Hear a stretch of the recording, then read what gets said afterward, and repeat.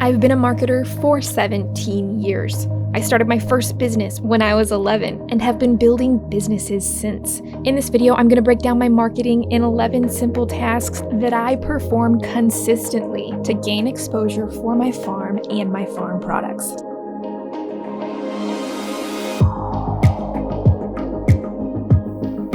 If you stick around to the end, I'm going to be answering a few of your questions from the video outlining how I went from 0 to 100K in revenues on my small farm within 3 years.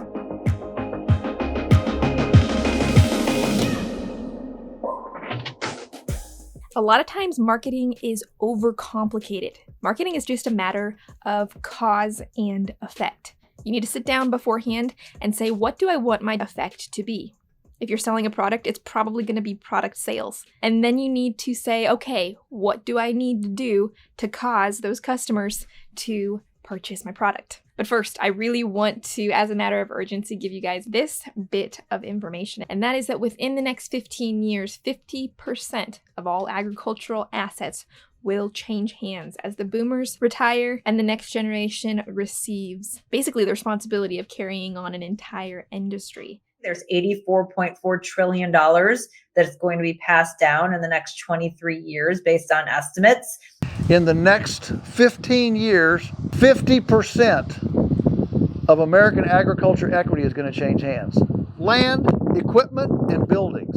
The reason I talk a lot about marketing, a lot about business building, and a lot about being smart, even if you only have 30 acres, even if you only have 10 acres, is the fact that I believe if you can be faithful with what is small, you will also be faithful with what is large. A lot of us have this much to work with right now, but in the next 15 years, this much is about to transfer. If we can prove ourselves on a small scale, we may see opportunity like we never have in the next 15 years. Okay, so back to it. So I do all of my marketing from the farm using the internet. I don't go to farmers markets yet. I do support them as a customer, but as of yet, I have had no need to go out and be a farmer's market vendor yet myself. And this is really one of the best things for me right now. My operation is largely a one-woman show. I will have people helping me about 3 days out of 10 with deliveries and really the muscles that are required to get everything coordinated on the farm. But with respect to the marketing and the business side of it, it's all me. Another thing I want you guys to know is that I am marketing on a 3-to-1 ratio. For every hour I spend out there on pasture, I'm marketing 3 hours. And at present, I'm spending about 4 to 6 hours a day on this particular farm business. This is one of 3 businesses that I have and one of my 3 income sources. All right, so I'm going to tackle this from a monthly and then go to a weekly and then go to a daily basis. Once per month, I publish a monthly farm update through my newsletter, which, by the way, you can subscribe to my newsletter down below. It's a lot of behind the scenes and really fun interactive pictures and an update on how my farm fared, the good, the bad, and sometimes the ugly of what happened at the farm. At the end of that farm update, I will let people know what is new at my website. Right now, my primary source of income is Shepherdess Dorpers and Shepherdess Supply Co. It's a joint diversified business model. And so at the very end, I will say something like starter flocks available in April, or I just listed the Shepherdess Essentials bundle at shepherdess.com. This has everything you need to bring sheep back to your farm and address common emergencies. Buy now. And that goes at the very end of my farm update. Again, once per month, I will host a private live stream question and answers to my newsletter community. I've already stressed how important it is to have a newsletter and to use that to build your online business. And I create a lot of perks for people who are subscribed to my newsletter. So that live Q&A, it's absolutely free. It's a way to interact, engage, and really build relationships. I genuinely love spending time with people in there. Within those meetups, I will do some light promotion for my website, but I don't really go heavily salesy at these meetups because it's a matter of relationship building, and marketing is just as much that. You need to make sure people know that you care about them and you're not just selling them things. So keep that in mind when you're marketing as well. Build real relationships. So on a weekly basis, I work the public platforms on YouTube, on Instagram, and on Facebook. It's my goal to post 1 video per week on YouTube, These videos take about 2 to 3 days to produce. I plan really heavily for these videos based on what people are asking me or information I think that is really relevant to the day and the time. And so I'll spend a lot of time really outlining those videos so that I don't just get on the camera and start rambling and then lose people's attention. Once per week, it's my goal to also post a feed post on Instagram and post a feed post on Facebook. The good thing and the time-saving thing here, it's called content repurposing, and a lot of times I can use the same posts for Instagram over on Facebook as well.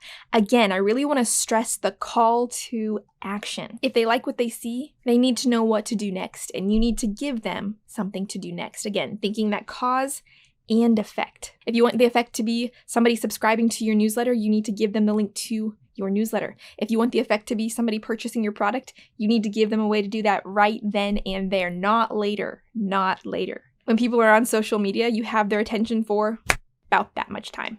And that needs to be remembered. Once per week, it is also my goal to repurpose all of this content, and I will take the script, that outline that I created for these videos, and I will upload them to a blog post at shepherdess.com with the video from YouTube in that blog post. And what that does is that optimizes and continues to rank my site for the Google search engine on sheep-specific topics. My traffic from Google is absolutely exploding just as a result of using the outlines I make for the videos as a text form blog post.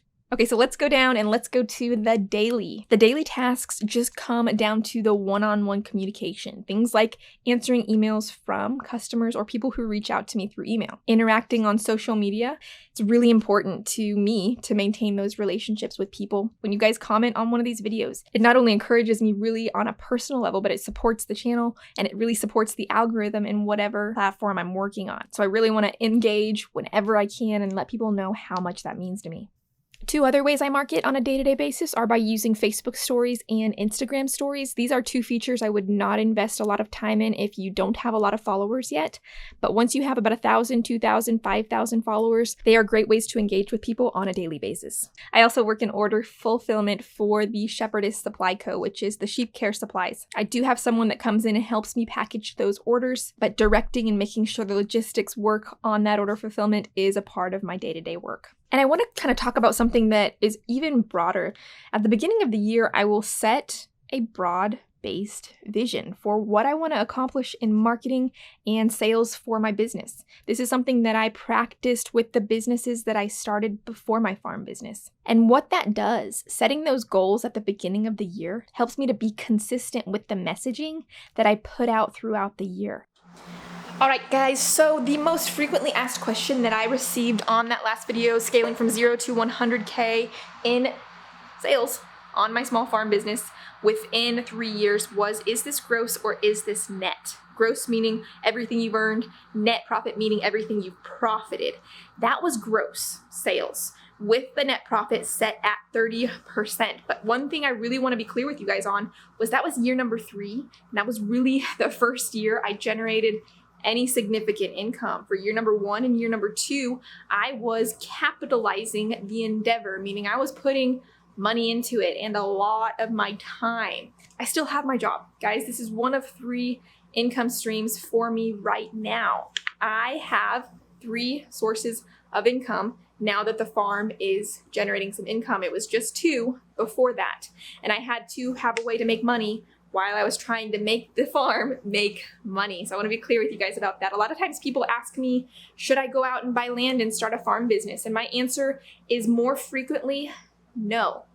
Look around you for what you have already and try to start with what you have already. Now, somebody might be living in the city right now and they're like, what can I do in the city? But I'm talking mostly to the people with 1 acre, 2 acres, 3 acres, 5 acres. You will be absolutely surprised at how you can start small. I'm asked for advice for beginners a lot, and the advice, I wear it around my wrist all of the time. You can buy this at shopshepherdess.com, by the way. But it's think big, start small, and don't quit. Make big goals. There's no limit to the goals that you can set for yourself, and I advise setting big ones, but start small.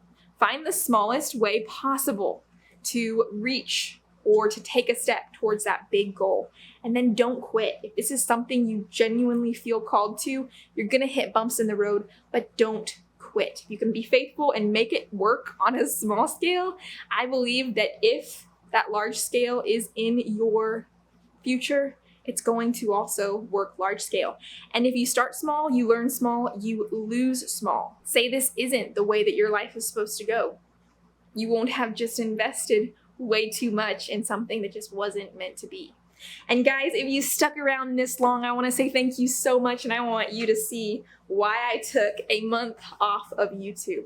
I took a month off of YouTube to write a book, The Basics of Raising Sheep on Pasture. Primarily a photo-packed book. You're going to open this book and it's going to be like watching one of my videos. Please subscribe to my newsletter. I am going to be releasing a ton of new information on this book, and I am so thrilled to, Lord willing, be launching this in the middle of August, and I'll be sharing more as the days go by.